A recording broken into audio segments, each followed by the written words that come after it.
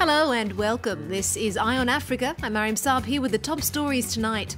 Robert Mugabe once vowed to rule Zimbabwe for life, but now at 93, the president is in military custody and the army is in control of the capital, leading what it calls a bloodless correction, targeting criminals in the leader's entourage.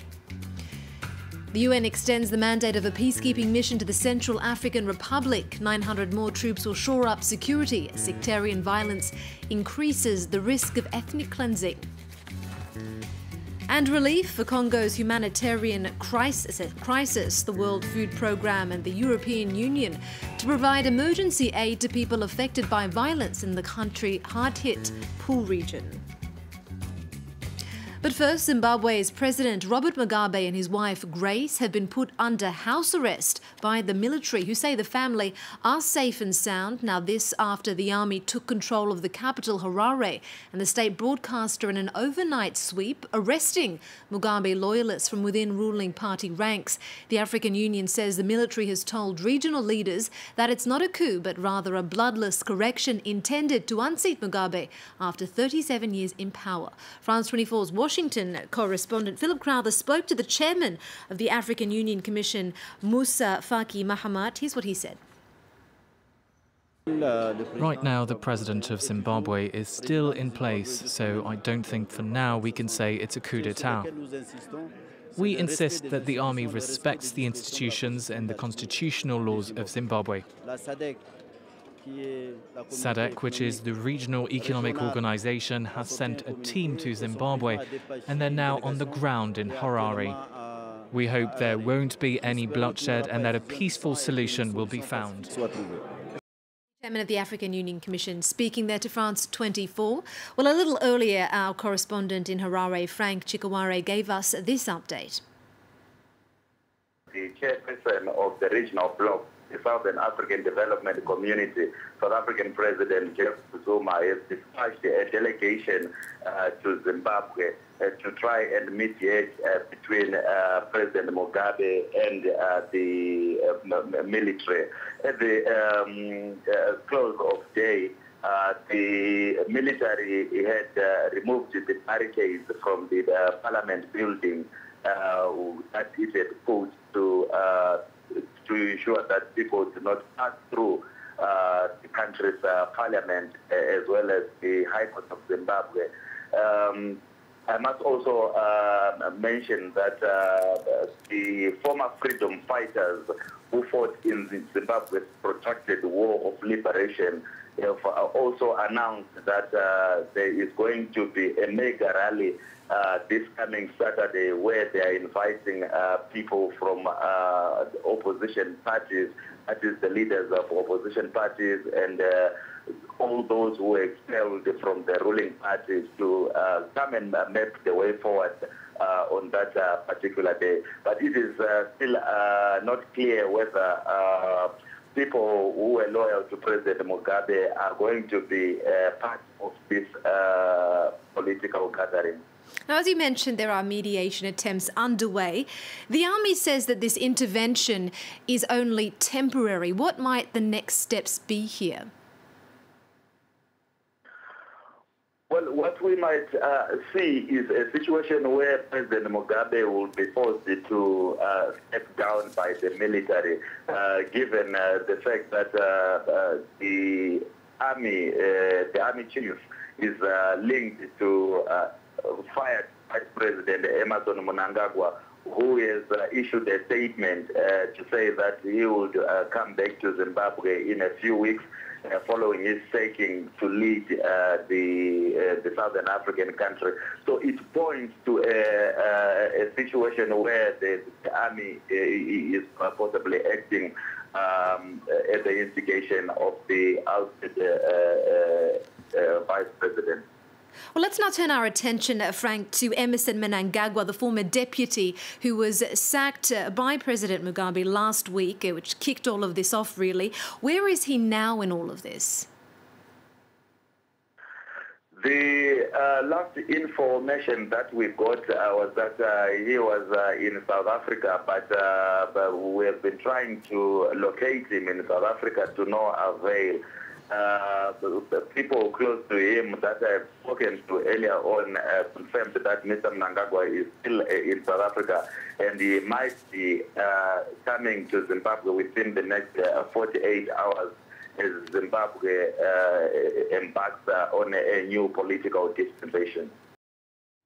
Well, staying there on Emmerson Mnangagwa, let's now dig a little bit deeper into his backstory. This all started when President Mugabe sacked Mnangagwa as his deputy last week, accusing the veteran fighter of plotting to take power. The rivalry between the president's wife, Grace, and his now former second-in-command is really at the heart of a bitter battle over succession. Mugabe has ruled Zimbabwe since independence in 1980. Now let's find out more about Emmerson Mnangagwa. He's known as the crocodile for his ruthless survival instincts. Emmerson Mnangagwa was once Robert Mugabe's most loyal deputy.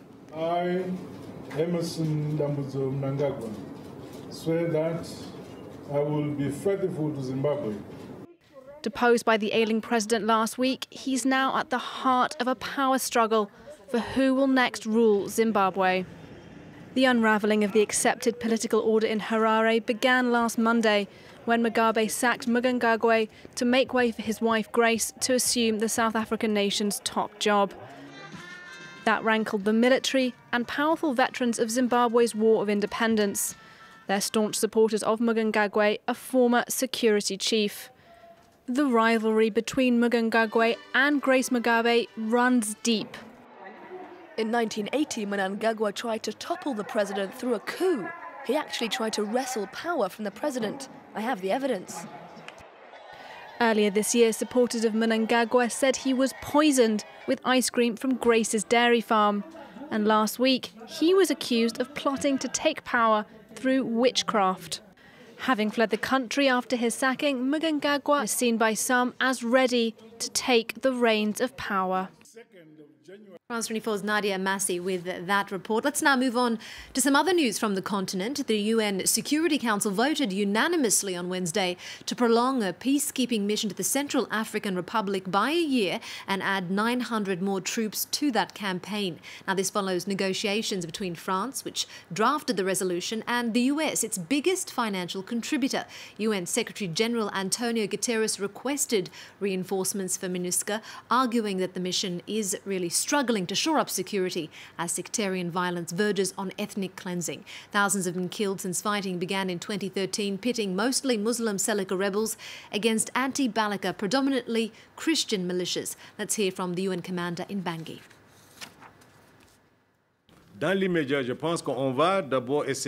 first priority is to stabilize the east.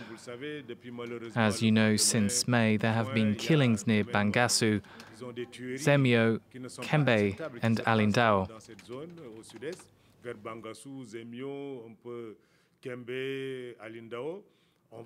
We're going to put pressure on the armed groups in that region to control the situation and stop the killings so that we're not spread thin by the sporadic violence. Once we've stabilized the east, only then will we be able to help with the political process. Let's move to a forgotten humanitarian crisis in Congo next. On Monday, the World Food Programme and the European Union launched an initiative to provide emergency aid to people affected by violence in the country's Pool region. At least 80,000 people have been displaced since April 2016. Many now live in dire conditions in camps with limited access to food and medicine. Clément Bonnereau reports. In this camp, hundreds of families who've been displaced by violence in Congo's Pool region. Cécile Toba lives here with her children. She says she's having a hard time meeting her most basic needs. Here in Kinkala, we suffer a lot. Every day we have to go chop some firewood, which we sell to survive and to feed our children. Many children here are sick, but they can't get treatment at the local hospital because we have no money. At least 80,000 people have fled their homes in Congo's Pool region since April 2016, after clashes broke out between rebels and the army following the controversial re-election of President Denis Sassou Nguesso. Many of the displaced now live in camps across the country and face dire living conditions. It's estimated that around 1 in 5 children suffers from malnutrition. The World Food Programme says thousands are in need of urgent humanitarian assistance. Displaced people face very tough living conditions. They have no food, no shelter. The World Food Programme is trying to mobilize resources to provide emergency aid. We started distributing food earlier this year. Funds collected by the UN will be used to provide food and vouchers to around 40,000 displaced people until mid-December. Experts, however, warn that more funds are needed, saying the humanitarian situation will remain critical in 2018. Well, that's all for this edition of Eye on Africa. Stay with us here on France 24 for the latest on our top story. That's the military takeover in Zimbabwe. Our coverage continues live from Paris. Up next with Mark Owen.